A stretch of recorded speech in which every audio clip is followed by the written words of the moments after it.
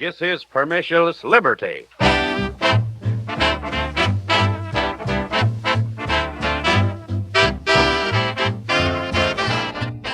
Hello, everybody. I'm Adam Knott, and I'm joined, as usual, by Daniel Sanchez. Today, we have a very interesting topic of discussion, and that is voting.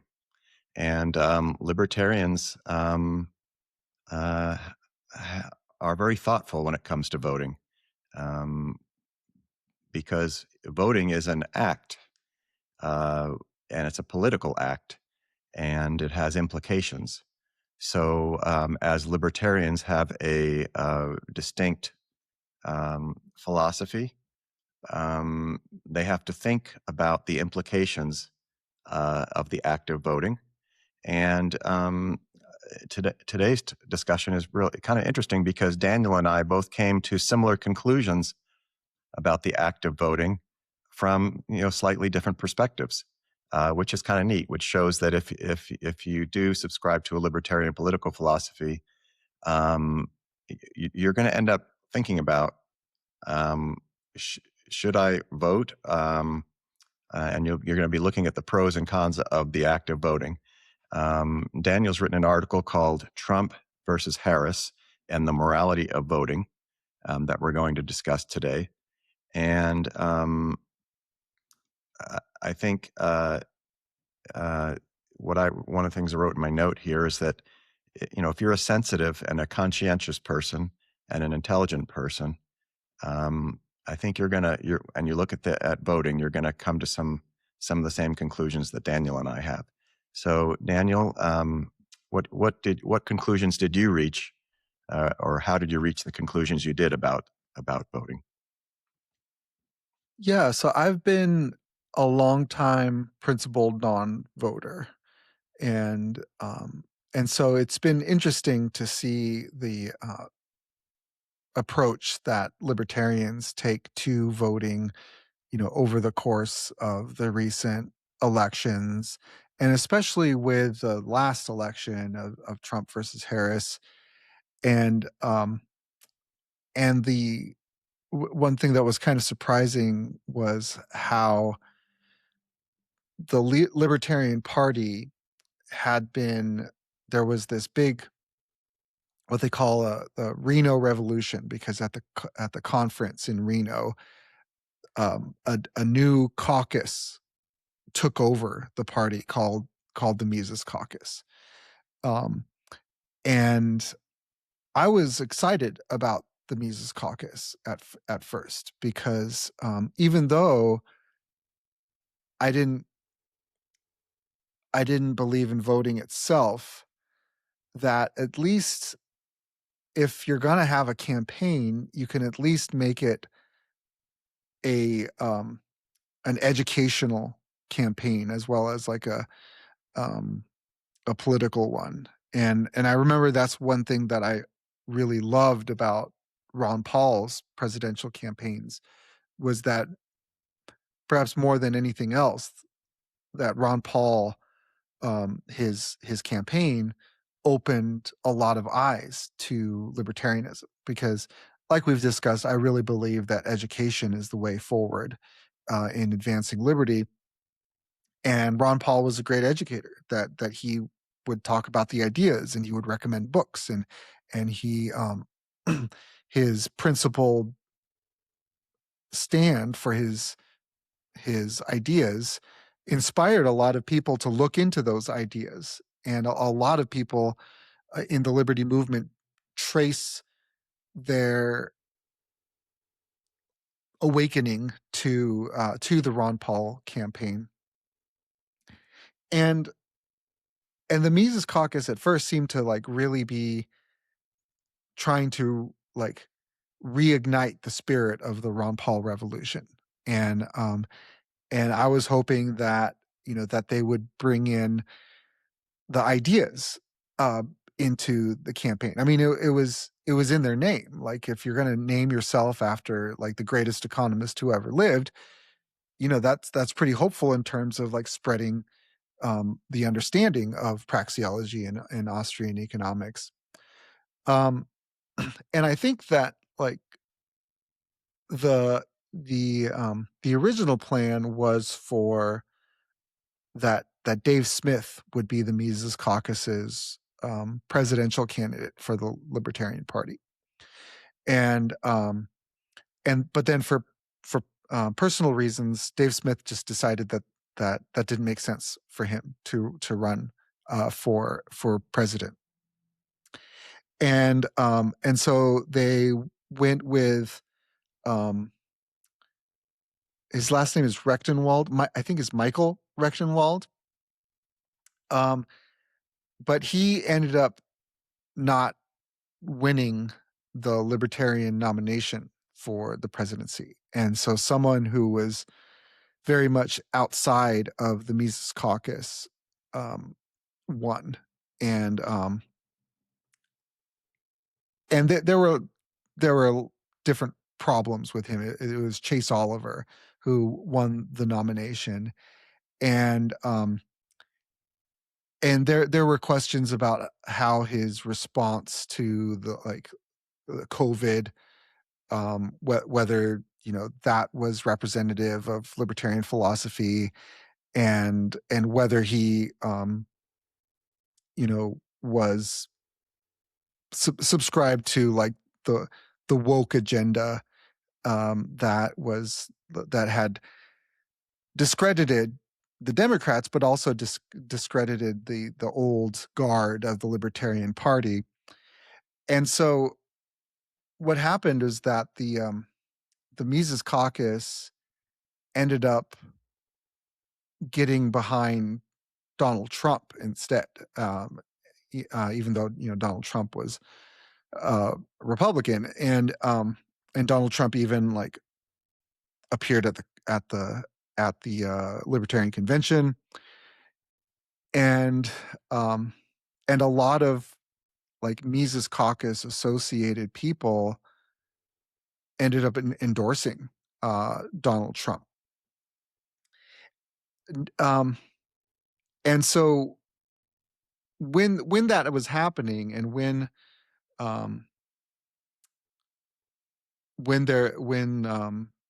the election was happening, I posted the article that you mentioned, and really it was a note, like just like a paragraph or two of new content, prefacing a very old article that I had written, like a 2016 article that I had written, and that was with Trump's first election to the presidency.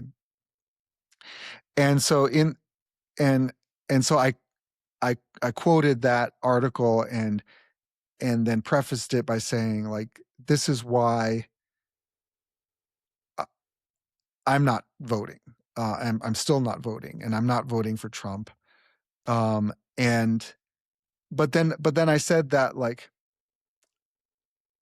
even though I'm not going to vote, and I never would vote, and I would never endorse Donald Trump, like, at the time, and maybe even like considering all that happened, I probably would have been, just in terms of a pure emotional response, relieved if Trump won and Harris lost, and very more concerned if Harris won and Trump lost, just because I had a sense that that Harris overall would be a lot worse than Trump, even though I expected Trump to be bad.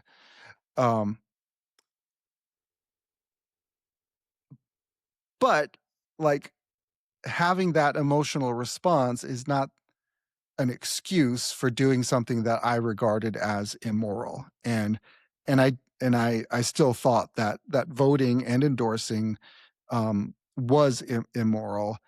And it's just, I thought it was interesting to talk about now, because a lot of people who had endorsed Trump and who were associated with the Mises Caucus, most of whom I really admire. like I'm a avid listener of Dave Smith. I'm a big fan of Dave Smith. I think he's a hero. I engaged in a debate like making the case that he's a hero. And just like other podcasters and other influencers who are kind of in that camp, like I really love their stuff, and I really think that overall that they're a force for good. But I do disagree with them in their endorsement and in their voting for Trump. And it's interesting now because it's kind of coming to a head because since Trump has been a huge disappointment to them. Like they they never expected that he would be like a libertarian, but they thought it would be better than it turned out to be. And especially that a lot of the libertarians who had endorsed him and voted for him, that like especially with his foreign policy and his handling of the Epstein files, and that has just been just a complete what they regard as a betrayal of not just libertarians but of MAGA in general, like of what he had campaigned for. And so like a lot of them are retracting their support and even going so far as to say that he should be impeached. And some of them are saying that they regret their vote. Others don't go as far as that. They still say that, like, given the choice, Harris would have been worse. So they still don't regret endorsing him, although they are really disappointed that he was a lot worse than they thought he would be. And so I was just interested to revisit that article that I had reposted back then, just in light of kind of that recent development, that sort of like calling into question, but especially because there are a lot of people, a lot of libertarians in like in kind of a third camp, where that especially a lot of libertarians who, so the libertarians who endorse Trump, that they are kind of in favor of border restrictions and even deportations.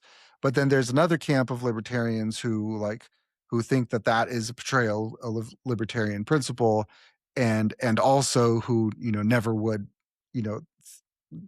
have endorsed Trump and thought it was a huge mistake to endorse Trump. And so they've been really critical of the libertarians who did.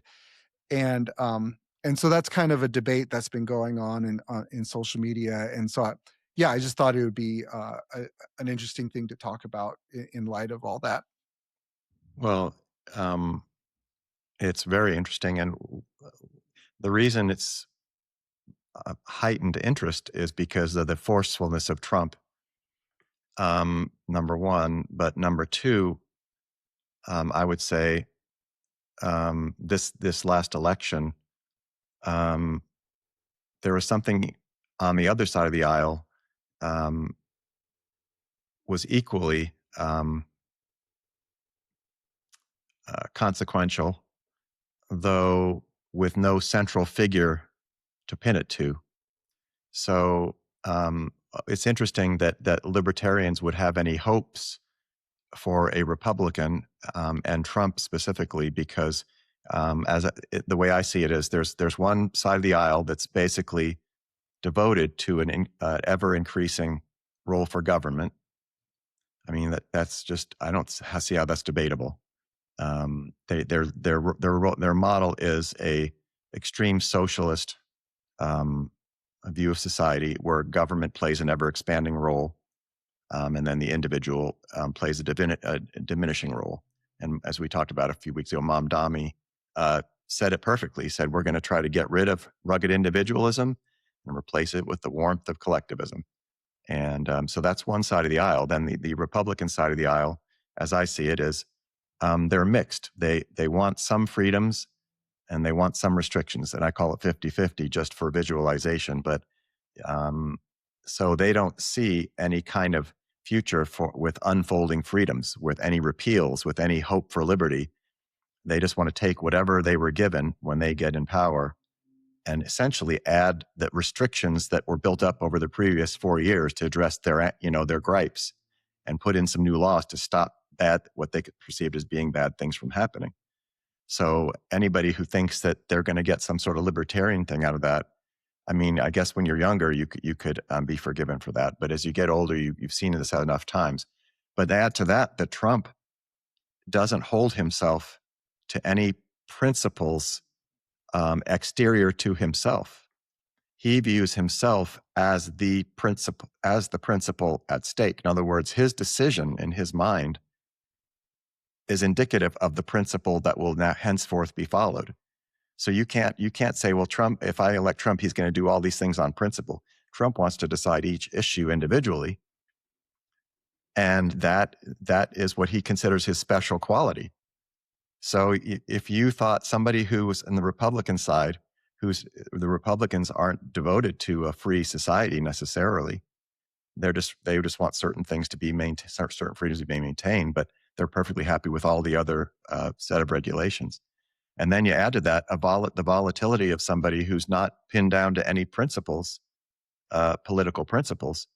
You've got a volatile situation, and so if you were voting for that, that person would carry out your hopes and your dreams, then you, in a sense, you kind of got what you deserve for not really knowing what you were voting for. So that's on Trump's side. But on the other side, this is why I think Trump's election is a great time to bring up this idea of voting, because it made it, whatever your opinion is on voting, it tested you here, because there's huge things going on. On the left side of the aisle, we went from when I was in the last 40 years, let's say, the vote for the left side meant basically taxes are going to go up and regulations are going to go up, on business, and on social issues. We always had, in my adult life, affirmative action, but that was it was I don't know how to say it. Not that it was voluntary, but it wasn't elevated to when we were now asked to vote on DEI. That was an entirely different level, where basically it was the idea that we're going to start institutionalizing racism. So this last election, and then going through the 4 years with Biden, I wrote down what it meant, what the election meant to me. Medical freedom or forced injections.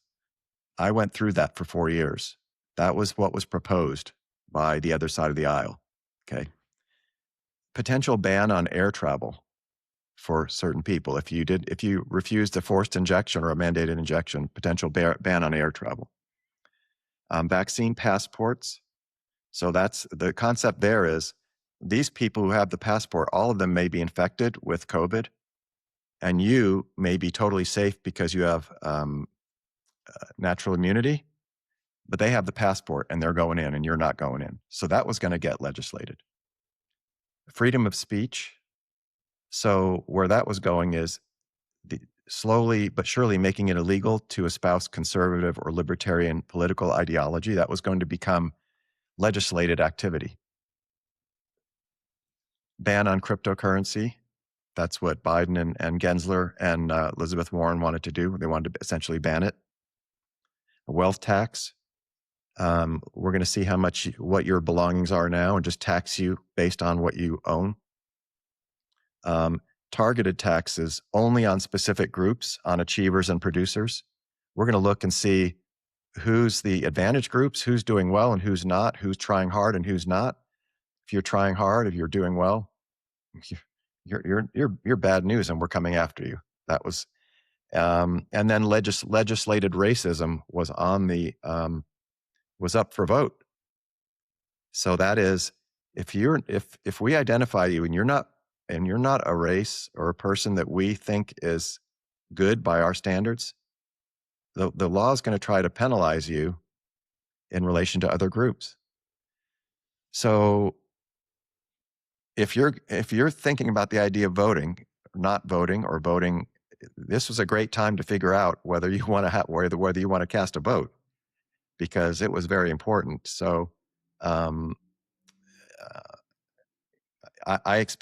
had to go through that thought process myself, and so I'll be interested to see some of the things we cover along the way. Yeah. So in my article, I try to do an ethical analysis of voting with a thought experiment. So I said, imagine there's a siege engine, like this giant thing on wheels that can just run over people and just crush them. And let's say that the engine is so big that it takes millions of people to move it. And let's say that millions of people pushed it over a bunch of like innocent people tied up on the ground. And they died. But then I asked, like, okay, did they die accidentally or were they murdered? Clearly they were murdered. And if they were murdered, they were murdered by somebody. And if so, then by whom? Well, obviously they were murdered by the millions who pushed the siege engine over them. Now, even though any individual pushing didn't make a difference of whether they got rolled over or not, run over or not, any given individual bears just as much guilt in the murder than any other individual. And so in that sense, that the action of any given individual was non-decisive, but it was still culpable. Because again, somebody murdered them, and it was those millions of people. And so if you were one of the millions of people who were pushing, like, you contributed to murdering them. And then I extend that to saying, imagine that there were two groups of victims, group A tied up on the ground and group B tied up on the ground. And let's say that the one siege engine there were two groups of millions. One group was trying to save group A by pushing it away from group A to instead run over group B. And the other millions, a different group of millions, were doing the opposite, that they were trying to save group B by pushing it away from them, but then to run over group A. Now, let's say that one side prevails. And as a result, group B is crushed. Now, group B was murdered just as much as the victims were in the previous scenario. And by whom? Again, by the millions who pushed it in that direction. Even if their main goal was to save group A. Like, even if like their main thing was that, okay, well, group B, my opponents are trying to like push to the left, and it's going to run over my friends in group A, so I need to save them and I need to push to the right, even though that means that group B will be crushed. And even if Group B was smaller than Group A, you know, the people who, the millions who pushed and crushed Group B, even if they were just mostly trying to save Group A, they still killed Group B. They still murdered Group B.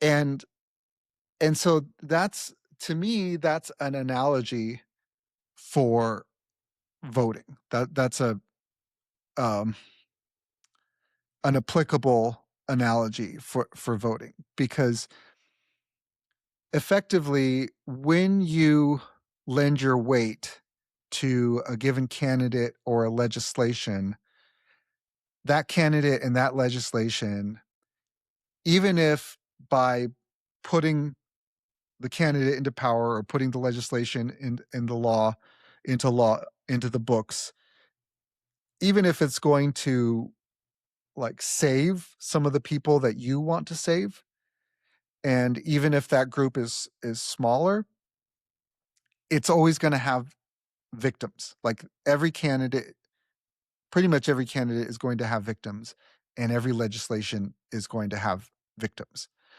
because candidates are package deals that you can't just say like, okay, well, I'm only empowering you to do good things. It's like, no, you're empowering them to do what the current office has the powers to do under current interpretation. And so and the same thing with legislation, that unless it's a matter of like abolishing just purely abolishing unjust laws, generally legislations are package deals too, where like they might go easier on some people and go harder on others. And so you're always going to be, you know, violating some rights at the expense of others. And so what libertarian voters say is that, okay, well, what matters is like the general direction. Are we like in general proceeding towards liberty on balance? And so does the candidate that I am supporting, you know, will the good outweigh the bad on net? And will they be, you know, better than the other candidate? But to me, that's basically collectivism, because, you know, thinking back to the Clinton and versus Trump election, which is what I was writing about. You know, there was a sense at the time that Clinton was much more of a war hawk, and Trump was less of a war hawk, but more likely to be like an authoritarian police state type person. And so what I said is that, like, okay, well, to any given individual who's bombed by Clinton, there's no like balance that's represented. Like, by if you were more concerned with Trump's policies and thought that Hillary Clinton was a lesser evil, you know, and if Trump wouldn't have bombed this one individual, you've literally put power into the hands of the person who used that to bomb that individual. And so you have empowered that person to bomb that individual. And for them, there's no balance, that they were murdered when they wouldn't otherwise have been murdered. But then in the other direction, the same thing for Trump. Like we saw that Trump's ICE enforcers, you know, shot a lady in the head and murdered a guy recently. Like I think it was murder. It looked like murder to me. And and you might say like, oh, okay, well, you know, Harris would have had more victims, but they would have been different victims. And you, by supporting Trump, you contributed to putting into his hands the power that he used to murder these specific individuals. And for me, like, that's that's what matters. That like it's a matter of the individuals. That justice isn't a matter of like some kind of like utilitarian arithmetic. Like what justice matters is, are you yourself taking part in evil? Are you yourself contributing, however negligibly, however many one of millions you are you empowering someone to do evil, and then do they actually do evil?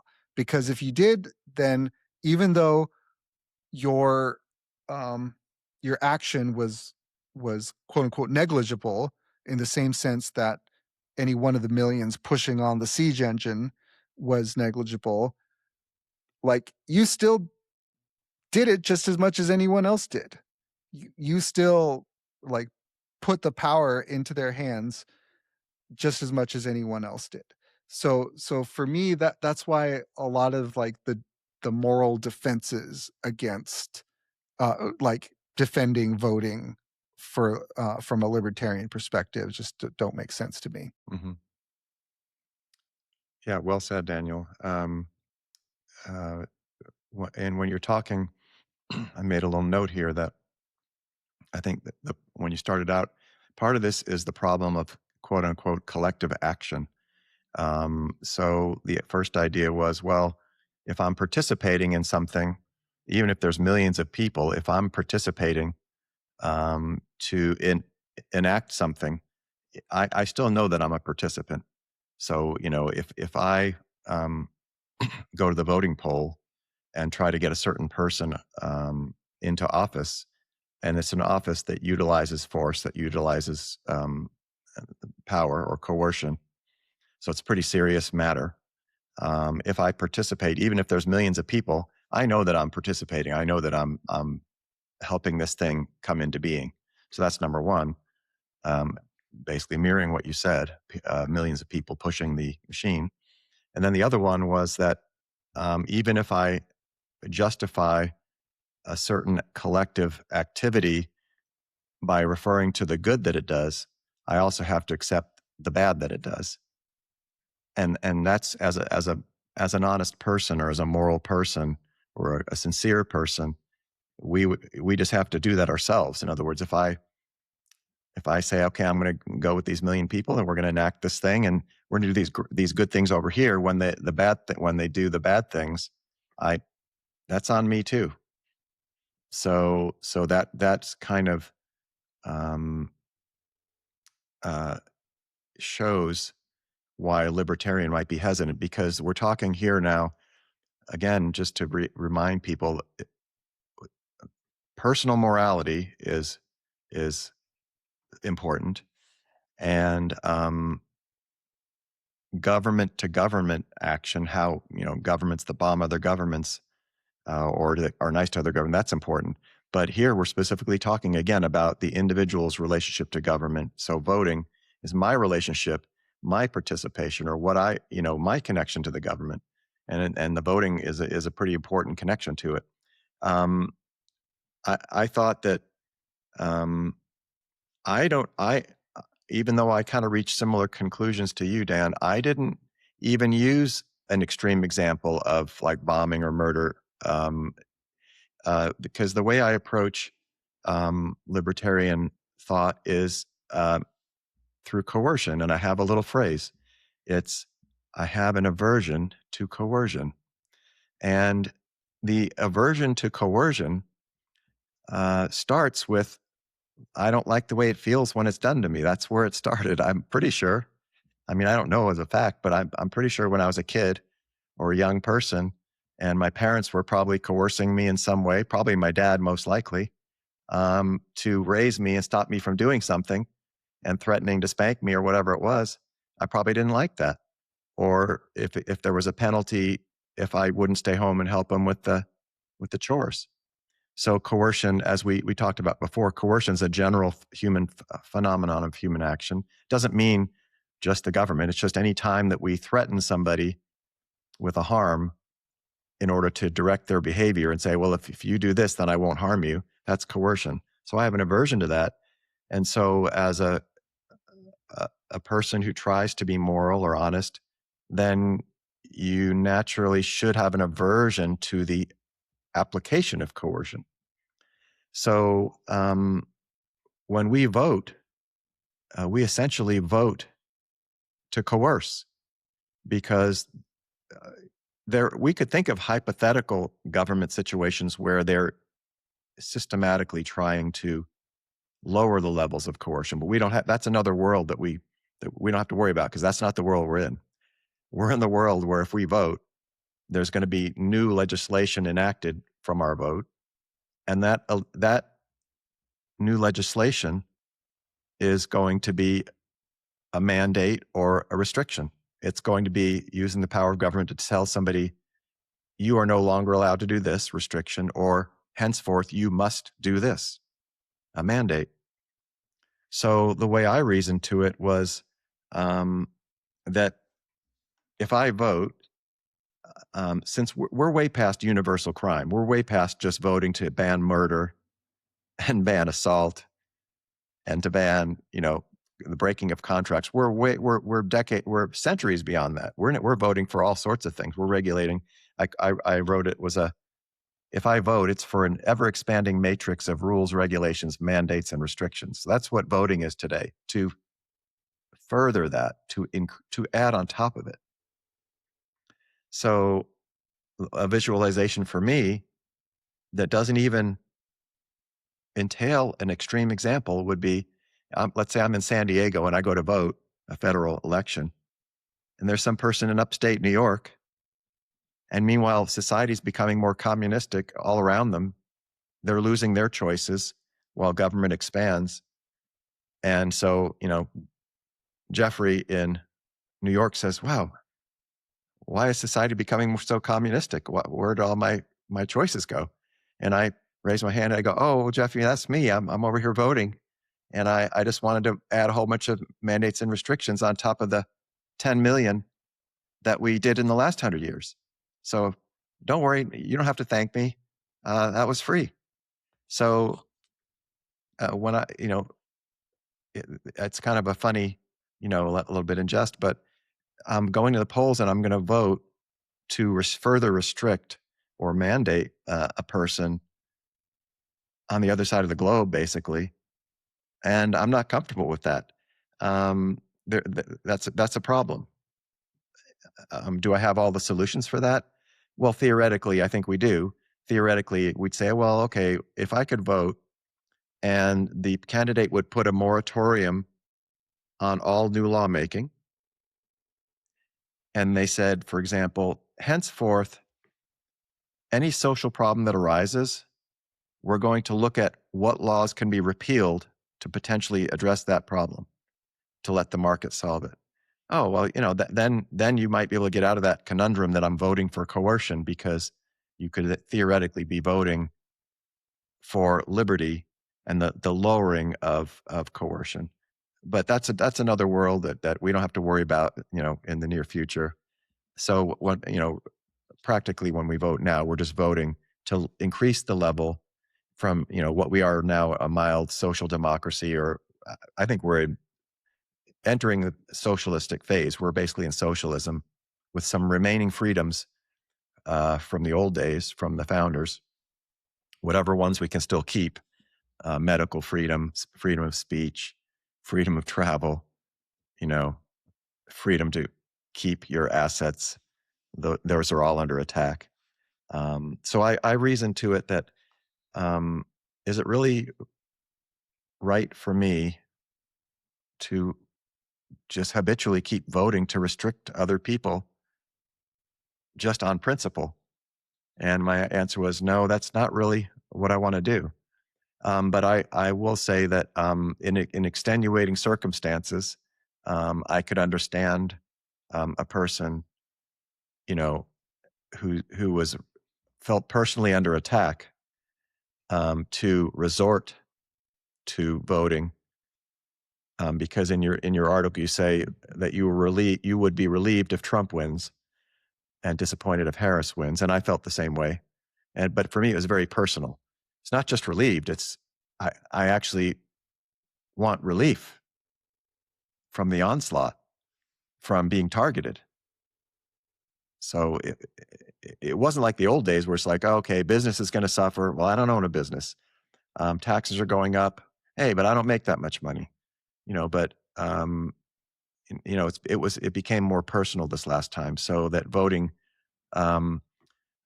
the decision to abstain from voting, I wouldn't say it's life or death, but it was almost like life or flight. Because it was, it's the point. Like you see what's happening in California right now, and in Washington State, where they're basically chasing people out. So I think it's a difficult choice, and I personally couldn't blame someone for voting if they thought they were trying to do it just to protect themselves. Because by abstaining from voting, you also could be allowing somebody who wants to hurt you to hurt you. And I don't have I don't have a self-esteem problem. That's one of the arguments that libertarian pro-voting people give, is the self-defense argument, that that voting in self-defense is acceptable.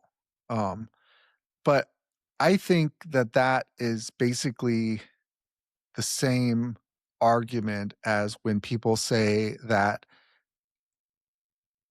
incurring collateral damage in an act of war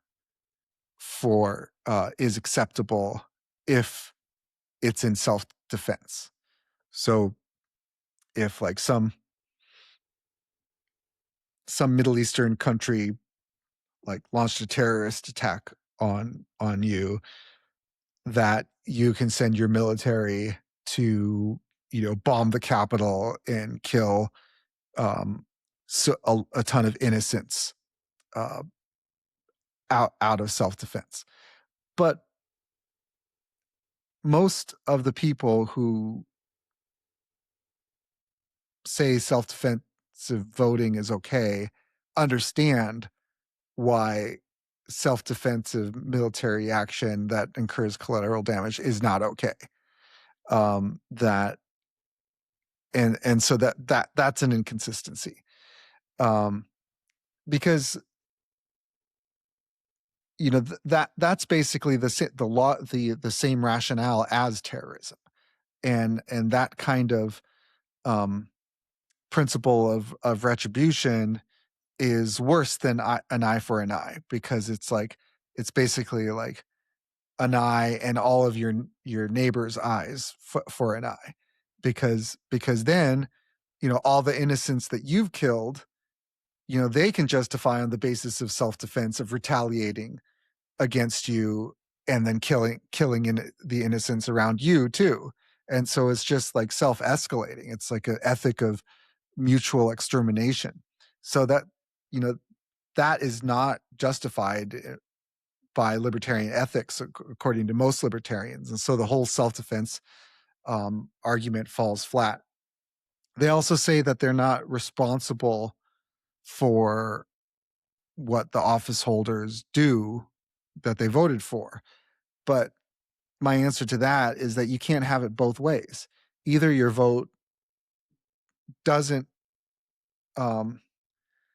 matter and it's futile, or it matters and you're culpable. I think that that you're culpable even though your vote is futile, even though it doesn't make a difference in the scheme of things.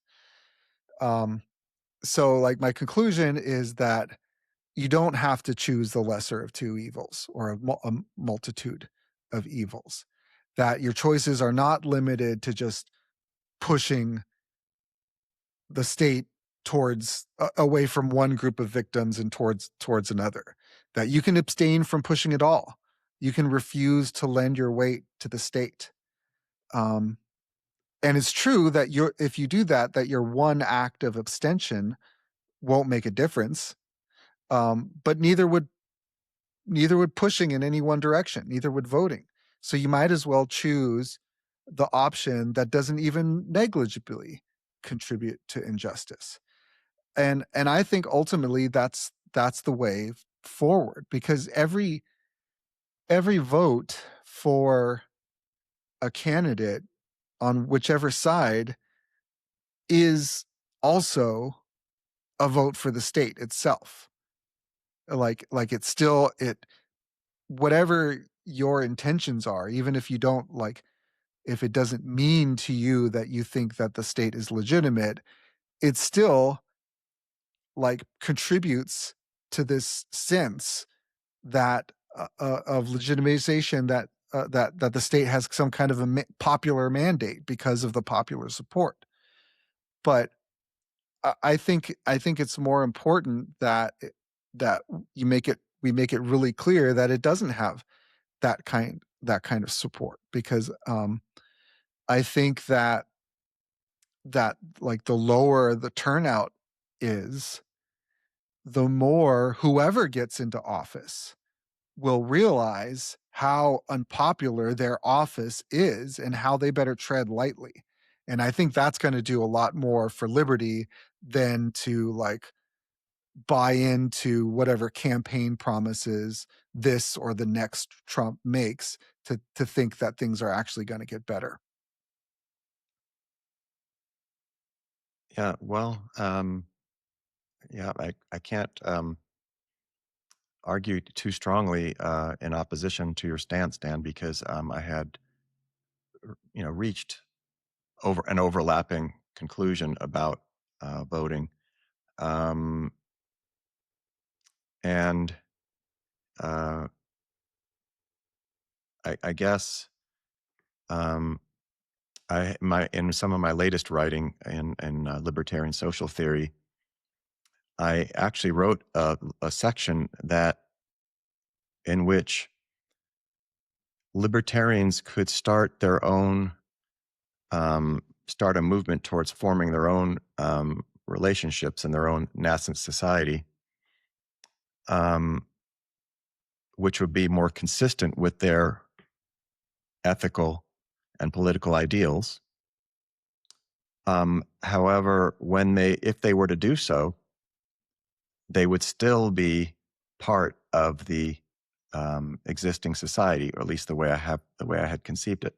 So we'd still be U.S. citizens, even if we somehow in the next 5 years were successful in starting some sort of small libertarian society. So that would just be a fact that both things would be true. We would have started this new libertarian society. We would still be citizens of the other society.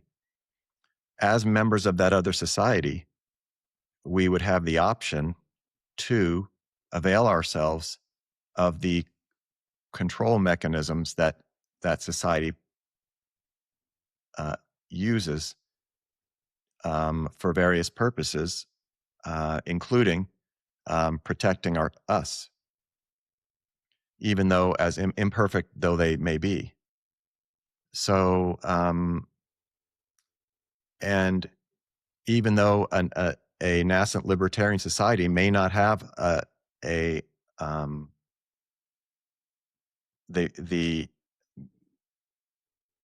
mechanisms to prevent polluting of a river, therefore, if a libertarian were to observe someone polluting a river, unless they wanted to have an armed conflict or violent conflict, they would have to avail themselves of the imperfect existing state system and call that activity into the police, or get that apparatus involved in stopping that person from polluting the river. So, as a libertarian, and as an involuntarily captured person in a non-libertarian society, involuntarily coerced into accepting the totality and and provided no options for opting out. And that's just a fact. I'm not complaining. That's my job to figure that out. I'm not saying I'm owed that, but that's just a fact. So I don't have a libertarian means of protecting myself. I only have the means that are available in the society in which I live. So where I'm going with all those is that one of those means is voting. So that I'm giving, I guess I'm playing devil's advocate, or taking the position that though I agree with you, and here's a non-totally a thought experiment, but a non-extreme example. By rights theory, let's say libertarian rights theory, I'm violating somebody's rights if I push them to the ground, or if the government on my instructions pushes them to the ground. So we're violating their rights. So if I give a list of my gripes, and I say, well, if this candidate here gets in, I'm going to be have forced injections on me. My air travel's banned. I can't go into restaurants.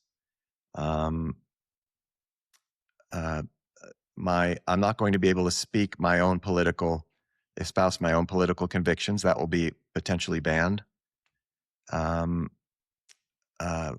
If I want to, I will be prevented from owning or transacting in cryptocurrency.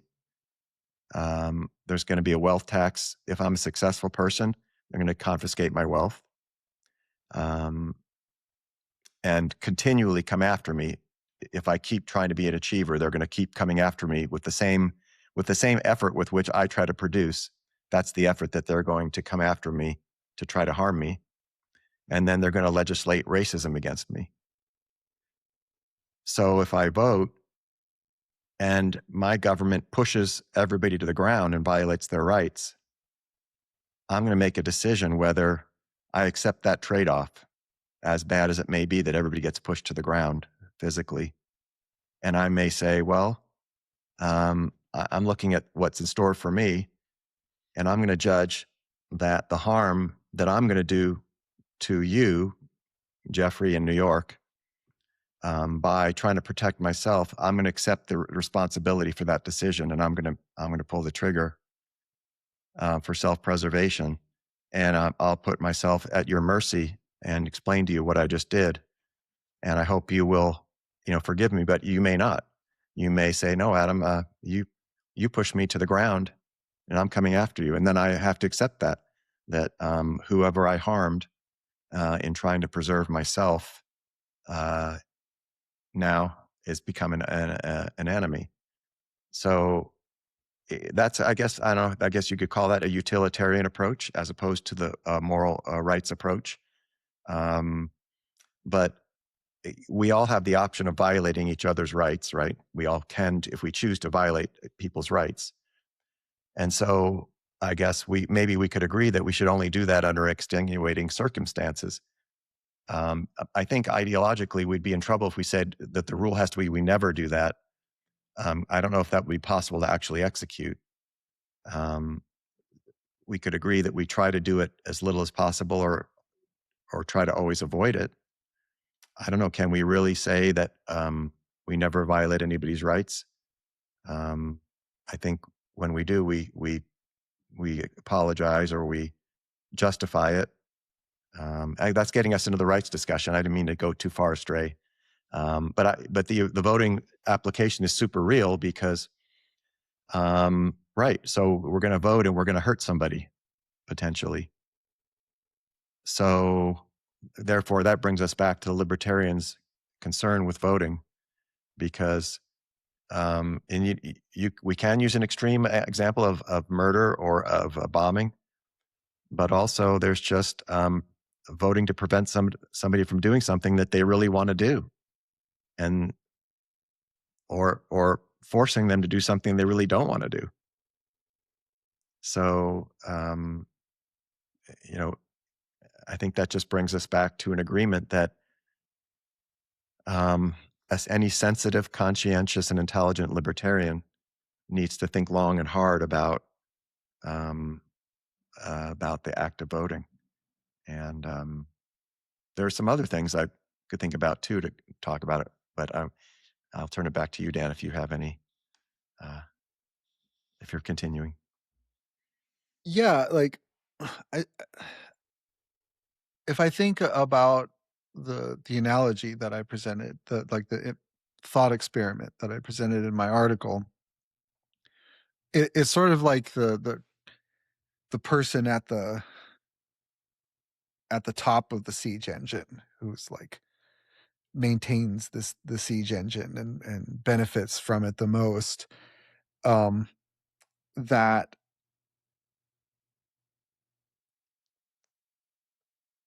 that you have to consider like the state itself, and so with like what the calculus, like the calculus that you were considering, like if I put myself in those shoes, and if I, because to some extent I am in those shoes, because the reason why it would be a relief to me personally, it was a relief to me personally when Trump won and Harris lost, is that the specific ways in which Harris could be expected to be bad was more likely to, I felt, to impact me and my family negatively than the ways Trump would be. And so, like, if I put myself in that situation and apply that to the imaginary construction, like I could imagine, like if I had a business and like my business was like in the path of the siege engine if it was pushed in the Harris way. And so I really wanted to push it away from that. But then the only way to do that would be to run over, some other people, like the people who, you know, get killed by ICE, and the people who are like unjustly deported by ICE, and like the people whose livelihoods were destroyed by his tariffs, for example. Um, like if I was in that actual situation, and if I was considering of like joining the millions of people who were pushing away from my business, and towards these other victims, I have to just like ask myself, do I really want to join this mob? Like, is that really going to, because, anything that I do isn't really going to change the outcome, because I'm only one person. So, I could push one direction, I could push another direction, or I could not push at all. And if it's going to run over my business, it's not going to be because I didn't vote, or it's not going to be because I didn't push. Like, in the scheme of things, like my decision is non-decisive anyway. So my feeling is that I should just do the thing that is most morally good, since they're all going, any choice that I make is not decisive anyway. And in practice, that means that I should do the thing which, if everyone did it, we would be in a much better situation. Because if everybody emulated what I was doing, then nobody would be pushing on the siege engine in any direction, and nobody would be crushed. And eventually we would say, like, okay, what do we need this siege engine for anyway? Like, what do we need that person who's sitting on top of it? Like, does it actually do any good, or is it just hurting people? And would we be better off just dismantling it? Because ultimately that's what the state is. It's just like this engine for like a civil war in society, that pits pits people against each other for its own aggrandizement. And so I think it's a really fitting metaphor. And so I just don't see, like, no matter how clear and present of a danger any one candidate is to, like, my situation, I just can't see myself, like, voting for the other side of that, because again, it's not going to be decisive anyway. And like Albert J. Nock said, like, the best we can do for society, we can't be central planners. We shouldn't have a God complex to think that, like, what we're going to do is going to, like, have this outsized impact. The best we can do is present one improved unit. And the best we can do is, like, I think the way Immanuel Kant put it is just to act in such a way that if that was universally done, that humanity would thrive the most. And I think that is clearly not voting.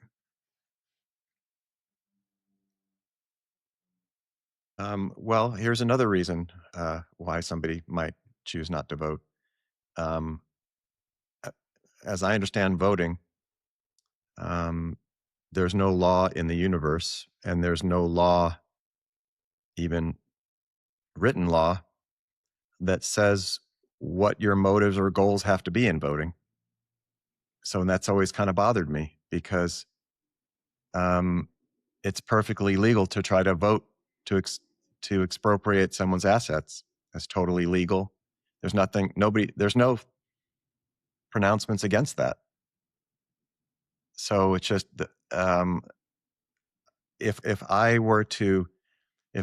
someone were to say to me, well, you have to accept voting, but we're going to let you structure how voting works, the first thing I would try to do is confine it to things where people can't just go after someone and try to hurt them. So voting would just be somehow you try to confine it to one great thing would be that everything you vote would have to apply to everybody. You couldn't have it where you say, well, see that group over there, let's increase their tax rate. Oh, see those people trying really hard over here, let's go mess with them. You if you were going to try to devise a system of voting that was less insidious, help me out there. Insidious. Thank you. But nobody's tried to do that, or nobody who has influence or impact is doing that. Nobody seems interested in doing that. So voting is totally legal and totally morally permissible in today's society to just vote for anything you want. Well, that's not acceptable, because people will have all these motives and goals that entail just voting to get someone, to harm them. So if you participate in that, where there's, in sense, as they would say, no safeguards, no rails to make sure that voting is quote unquote safe, which right now it's not safe. It's very dangerous, because the vote can put someone in jail who didn't do anything wrong. That's perfectly legal to vote and say, see all those people? Let's define what they're doing as a crime. Well, you vote us in, we'll legislate it. It will be called a crime, and those kind of people will go to jail. So in communism, that was called, for example, profiteering. You know what profiteering was? Business. Profiteering was business. That's what it was. So you made business illegal. I mean, it seems hard to fathom, but profiteering was basically just commercial activity, independent commercial activity, outside of the committee system of communism. So that's the power of voting. The voting we have today is totally compatible with that. In other words, somebody says, well, I want to vote because I want to make commercial activity illegal. And there's plenty of people who would who are voting that way. In other words, that is their goal, to eliminate commercial activity and replace it with the committee system of decision-making for allocation of goods. That's what communism is. There's a lot of people, millions of people who want that. So there's your argument for voting right there. It doesn't have to come to killing people. Murder doesn't have to enter it. It's just on the basis of that voting is the road to communism, as voting is today. And that's actually where we're headed, because it's just a compounding of restrictions and mandates, year after year, decade after decade. When I say communism, or when I say coercion, I'm not using those as pejoratives. I'm using them as descriptor terms. I hope you understand that, Dan. I hope that everybody's listening. I'm not saying it as a moral condemnation term. I'm saying it as a descriptive term. Communism to me means a situation where most private activity is prohibited without express permission from the government. So, I mean, if you remember back to communist days, you used to have papers to go from town to town, actual papers, and you'd get pulled over on the road. Where are you going? To the next town. Look at your paper. Okay, go ahead. Regulated travel from town to town. Profiteering is a crime. Business is a crime. The price system is considered an immoral activity, using the price system. So when I say coercion, I don't mean you did something bad. I just mean the system where you threaten somebody. Legislation, you write legislation, has the penalty written in it. All legislation has a penalty. Otherwise, it's just a suggestion. That's not government. So legislation is an act of coercion. It has the penalty, and it says what you have to do to avoid the penalty. So it's a trade. The legislation says, well, Adam, we have this fine or imprisonment or whatever. And I say, okay, well, what do I have to do to avoid that? Well, next year your tax rate's going up from 40% to 50%. If you pay that, no penalty. Oh, okay. So I do the trade. So next year I pay 10% more. So when I say coercion, it's just that. It's not like, I'm not trying to say, oh, there's the bad people over there doing coercion. I'm just trying to say that's what coercion is. I do coercion too. I could go to threaten somebody, say, hey, if you do what you're planning to do, I'm gonna sue you. That's coercion. Oh, Adam, how do I avoid the lawsuit you're going to do? Oh, well, just don't do what you're planning to do. So when I say coercion, it's not something I don't do. It's something I do. I'm trying to I'm trying to aim for a world that has that less. Let's do that less and less, guys. Because if we keep going, if we do it more and more, it's going to be bad. We're all going to be unhappy. It's going to be painful. We're each going to be trying to hurt each other. Let's get the level down. But I'm a minority. Nobody wants to do that. They want to say, no, I want to use coercion as much as I can. I just want to make sure it's aimed at the bad guys. So, but again, that's getting far afield. That's going off into the next other topics that we might do one day. Well, I think it's very relevant to like why I oppose voting, because it really, like you say, that, voting to plunder someone through the government is completely legal and is considered completely moral. Yes. And so when a form of plunder is legalized and therefore like morally sanctioned, it's going to happen more often. Mm-hmm.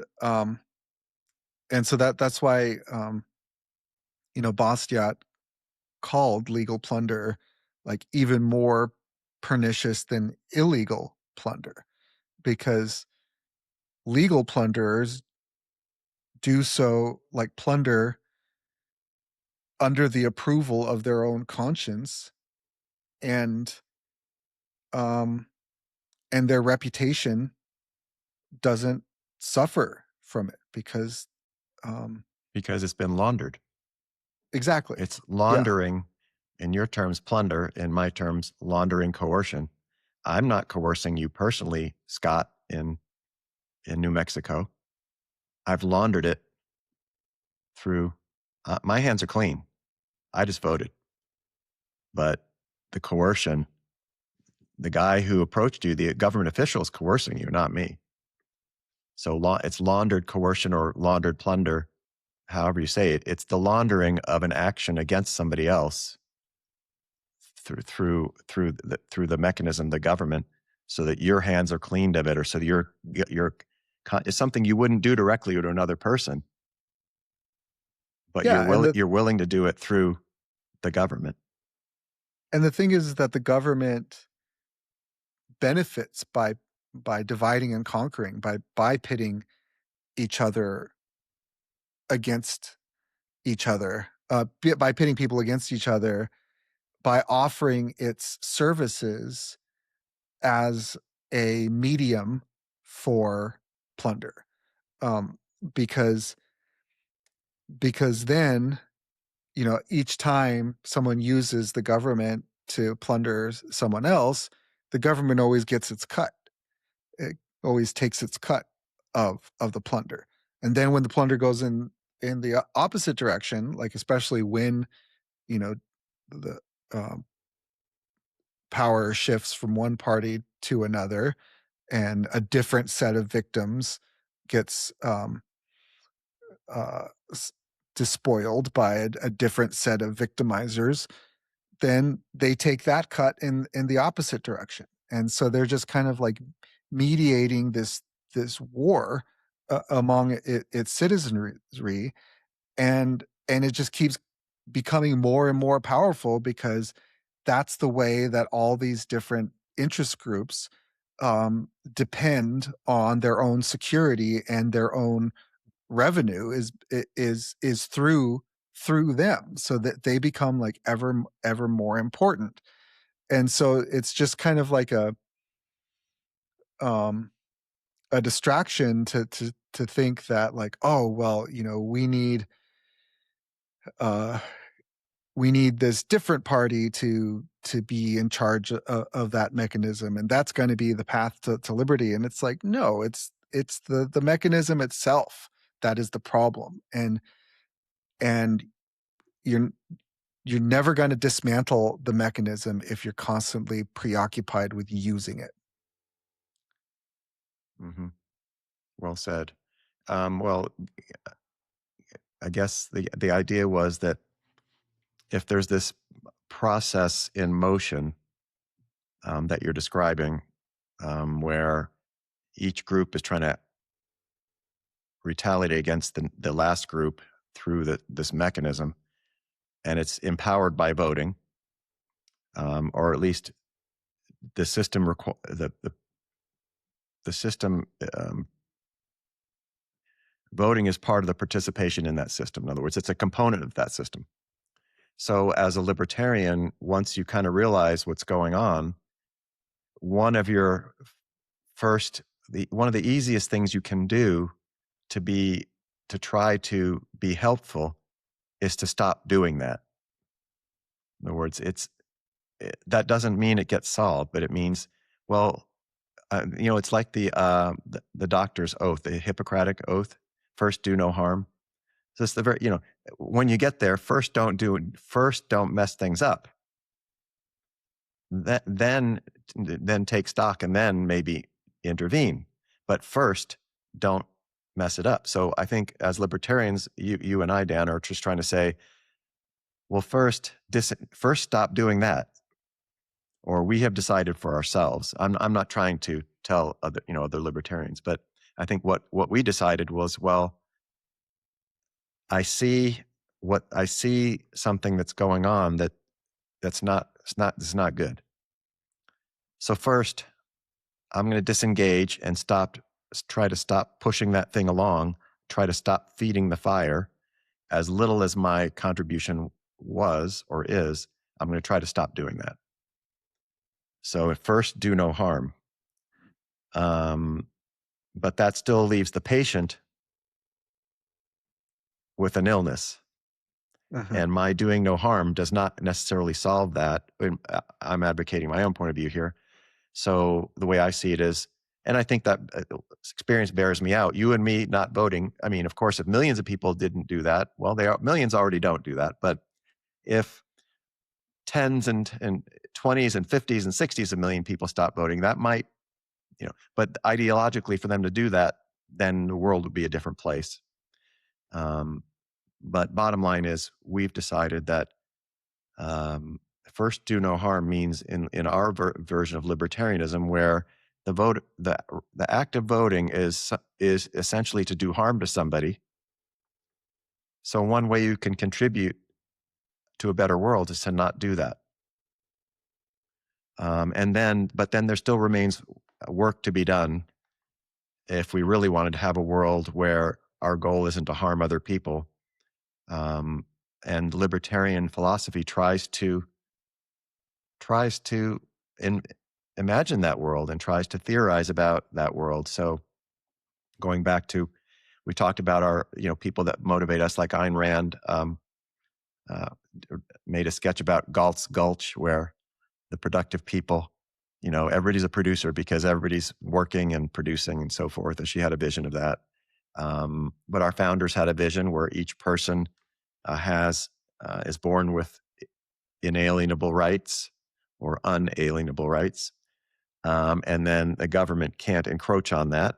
So that was a vision of a world where you can't harm that person because those rights are like a invisible shield that they carry with them. And so our challenge today in our world is we definitely have to reinvent a world of where people don't try to hurt each other, because we're heading in the opposite direction, where each group of decisions is getting more and more violent or more coercive, or as you would say, Dan, more and more rights violating. So I think we're going to have to reinvent libertarianism, because I think where we're going, things are going in a really bad direction. And we're doing what we can by abstaining from participating in that, and we're trying to educate people. And if we're lucky, we might try to do some tangible activities one day. We'll see if that ever happens. But I am in agreement with you on the fundamental conclusion that, as I see libertarianism, voting is sketchy, is suspect, and deserves much critical examination before one engages in it, because it's a serious activity. It's, as you say, it violates people's rights who are innocent. And as I say it, it's an act of coercion that's laundered. So I'm not opposed to coercing somebody if I think they're going to hurt me. But when it gets to that point, I'm also then should be willing to do it personally as well. In other words, I don't have to launder my coercion. I shouldn't have to. Or I really think about that if I only want to do laundered coercion. In other words, we all feel we should be able to defend ourselves if we have to. So I think libertarians thought that they were farming out, or what's it called when you hire somebody to provide a certain service. We were outsourcing protection, which is kind of we still think is a valid libertarian concept, I guess. Should all self-protection have to be personal? A group of 20 people's coming over the hill on their horses. I can't outsource protection to an agency that has 20 other people. I think I can, and I probably want to. But when we go to vote now, we're doing way more than outsourcing our own protection and the protection of our fellow citizens. We're now encroaching, right? We're encroaching on other people's lives based on our own desires, almost on our own whim. encroaching far beyond anything that's necessary to protect ourselves. That's I guess you'd call it the non-aggression principle, or self-defense. So we're way past that. So the act of voting, from your perspective and from mine, is something that needs critical examination by someone who participates in that. Yeah. We're not voting our way out of this. We are not voting our way to freedom. We are not voting our way to freedom. What was we're voting our way to serfdom, to borrow Hayek's voting for serfdom. Didn't von Mises say planning for freedom? Right. That was Yeah. a good one.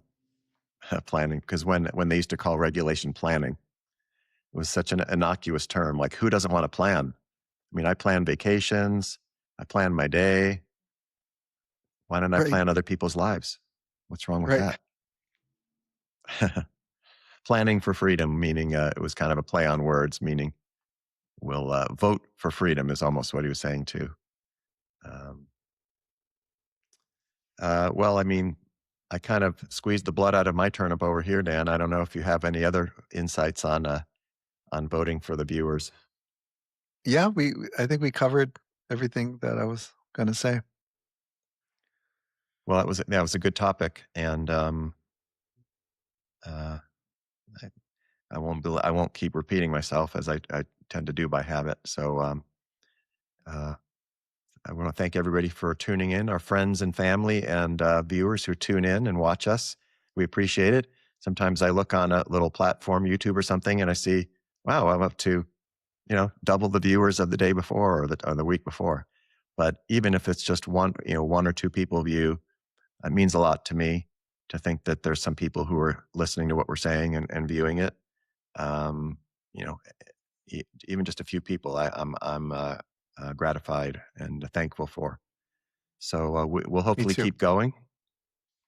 And I think, we're excited because we're talking about things that are important to us, and able to share it between us, but also with people who tune in. And we intend to keep going as long as as long as the fates will allow.